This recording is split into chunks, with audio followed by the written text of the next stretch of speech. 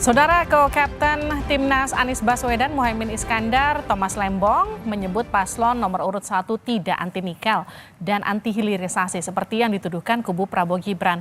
Thomas Lembong menyebut apa yang disampaikan Muhaimin Iskandar dalam debat sudah jelas. Menurut Thomas Lembong, yang jadi keberatan Anies Muhaimin karena hilirisasi yang ugal-ugalan. Mungkin yang dimaksud Mas Gibran itu kok tidak berpihak kepada produksi nasional, ya kan?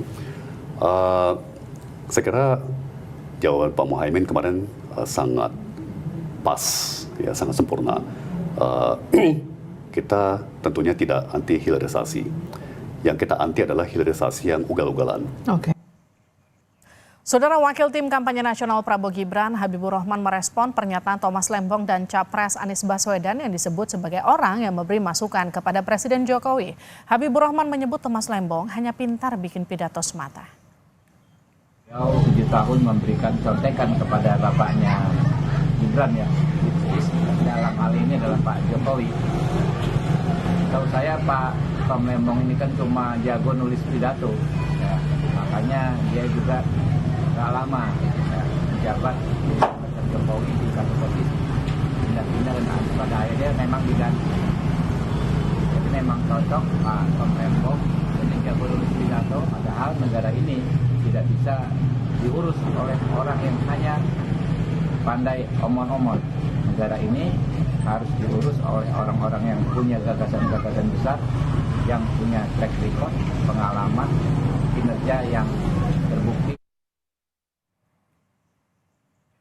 Jika dibandingkan, penggunaan litium ferrofosfat lebih aman dari resiko kebakaran, sementara nikel lebih mudah terbakar. Daya faktor daya tahan LFP lebih memiliki daya tahan yang dibanding dengan nikel. Dilihat dari dampak lingkungan, LFP ini lebih ramah lingkungan, sementara limbah nikel merusak lingkungan. Kalau melihat biaya, LFP ini juga lebih hemat dibandingkan nikel. Di 2022 lalu, ekspor nikel Indonesia paling besar ke Tiongkok mencapai 73,91 juta kilogram dengan nilai ekspor mencapai 1,14 triliun rupiah. Kemudian ke Jepang 16,9 juta kilogram dengan nilai 261,9 miliar. Selanjutnya ke Korea Selatan mencapai 14,11 juta kilogram dengan nilai 218,7 miliar rupiah. Hingga saat ini Indonesia sudah memiliki 2 smelter nikel di Banten, ada 3 di Sulawesi Tengah, 2 di Sulawesi Tenggara, dan 1 di Sulawesi Selatan, serta 7 di Maluku Utara.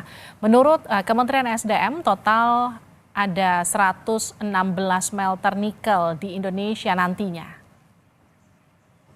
Kita bahas pro kontra produksi hilirisasi nikel bagi industri baterai listrik di tengah kemunculan baterai LFP yang sempat dibahas di debat Cawapres minggu kemarin. Kita akan bahas bersama juru bicara Timnas Amin, Zulfikar Amir, dan Wakil Ketua TKN Prabowo Gibran, Edi Suparno. Selamat malam Pak Zulfikar, selamat malam Pak Edi. Selamat malam Mbak Livi. Kita juga akan bergabung dengan pakar ekonomi energi Pak Fahmi Radi. Pak Fahmi, selamat malam. Malam Livi. Saya akan tanya dulu ke Pak Zulfikar. Pak Zulfikar, jadi benar kalau dianggap Anies Imin mempromosikan produk negara asing dan juga anti nikel? Sebenarnya itu adalah salah kaprah ya. Apa yang ingin disampaikan oleh Gus Muhaimin kemarin itu adalah sebuah kritik mengenai strategi industrialisasi yang dilakukan oleh pemerintahan Jokowi yang berbasis pada hilirisasi. Jadi bukan soal materialnya, tetapi kondisi di mana kita tidak terlalu melihat spektrum dari teknologi baterai ini gitu.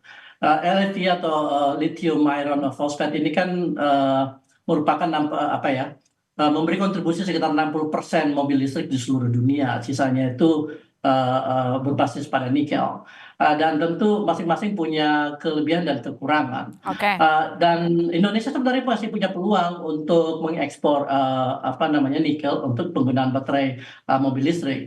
Tetapi strategi hilirisasi ini yang sebenarnya yang bermasalah, karena kalau kita bicara tentang bagaimana meningkatkan nilai tambah, mestinya yang dilakukan adalah start dari hilirnya gitu. Nah, apa yang dilakukan sebagai hilirisasi ini adalah tidak terlalu jauh dari ekonomi ekstraktif di mana hilirnya itu ada di Cina atau negara-negara lain gitu. Jadi ini yang jadi masalah dan Oke. harus kita review gitu. Pak Edi, jadi yang di-clearkan barusan bukan anti nikel, tapi kemudian hilirisasi yang dianggap ugal-ugalan, begitu kurang lebih ya Pak Zulfikar ya. Pak Edi gimana Pak Edi? Ya, saya tidak melihat adanya konteks ugal-ugalan di sini. Karena apa yang dilakukan oleh Pak Jokowi dan akan diteruskan oleh Pak Prabowo dan Mas Gibran kelak nanti ke depannya adalah untuk melanjutkan hilirisasi yang saat ini hanya sebatas smelter saja. Hilirisasi sampai dengan produk antara, apalagi pada produk akhir, pada end product itu sampai sekarang masih belum ada di Indonesia. Nah, dan itu tidak hanya di industri smelter saja, tidak di industri nikel saja, tetapi di berbagai industri yang ada. Sehingga banyak nilai tambah yang sebetulnya kita bisa nikmati andai kata kita memiliki industri antara dan industri akhir itu Indonesia, itu akhirnya terpaksa kita ekspor. Padahal nilai tambahnya belum kita bisa maksimalkan. Nah, oleh karena itu smelter merupakan langkah awal untuk kita menciptakan industri antara seperti prekursor, MHP dan lain-lain menuju baterai nikel dan kemudian menuju mobil listrik. Nah, tetapi sekarang ini harus dilakukan dulu. MHP dan prekursor ini sekarang sudah ada. Proses pembangunan pabriknya dilakukan sekarang ini oleh Vale di Indonesia dan perusahaan-perusahaan lainnya. Jadi proses hilirisasi tahap kedua, ketiga dan lain-lain sedang berjalan, tetapi tidak bisa dikatakan ini ugal-ugalan, apalagi ini tidak terstruktur, tidak ada sistematikanya, karena ini terencana dengan baik dan harus bertahap. Tidak bisa kita langsung loncat dari sesuatu yang kita tidak miliki kepada sesuatu yang kemudian kita harapkan bisa langsung menciptakan produk hilir, nggak bisa. Harus ada produk antaranya dulu. Oke, Demikian. nah Pak Edi kalau sempat juga dikemukakan oleh co-captainnya Timnas Amin itu yang Pak Tom Lembong yang menyatakan dengan eksploitasi nikel besar-besaran itu akan menyebabkan oversupply. Bagaimana kemudian nanti Indonesia ke depannya mengatasi ini? Oversupply nikel itu yang saat ini terjadi di dunia itu bukan karena kita mengekspor terlalu banyak ya. Ekspor kita itu terabsorb di luar negeri. Masalahnya sekarang memang terjadi pelemahan secara global demand-nya itu agak melemah ya. Memang dari aspek produksi nikel di Indonesia, kami dari awal juga Pak Prabowo, Mas Gibran sudah mengatakan bahwa satu, ketahanan nikel di Indonesia itu harus kita perkuat, dan kedua, saat ini Pak Prabowo dan Mas Gibran sudah mengatakan kita harus moratorium dulu smelter nikel. Andai kata kita tidak melakukan moratorium, nanti pada saat kita menguasai pembuatan produksi baterai 5-10 tahun yang akan datang, nikelnya sudah habis, gitu. Jadi kita minta supaya ada moratorium dulu. Jadi tidak ada oversupply, harga nikel jatuh karena kita mensuplai nikel terlalu banyak, tidak. Tetapi memang kita meminta supaya proses untuk pemberian izin smelter itu kita stop dulu. Nah, gimana Pak Zulfikar? Ya, saya setuju bahwa yang namanya harga nikel dunia itu tidak hanya disebabkan oleh keputusan Indonesia untuk menghentikan ekspor nikel mentah ya. Tetapi kita bicara tentang strategi industrialisasi di mana kita harus mencari titik-titik dalam lini produksi yang menjadi kekuatan kita gitu. Nah, apa yang dilakukan dalam proses hilirisasi itu menurut saya adalah proses yang sebenarnya akan membuat kita terlalu lama untuk sampai pada hilirnya gitu. Di saat yang bersamaan, tata kelola hilirisasi yang dilakukan oleh pemerintah saat ini itu cenderung memberi nilai tambah kepada pengusaha-pengusaha smelter yang datang dari luar.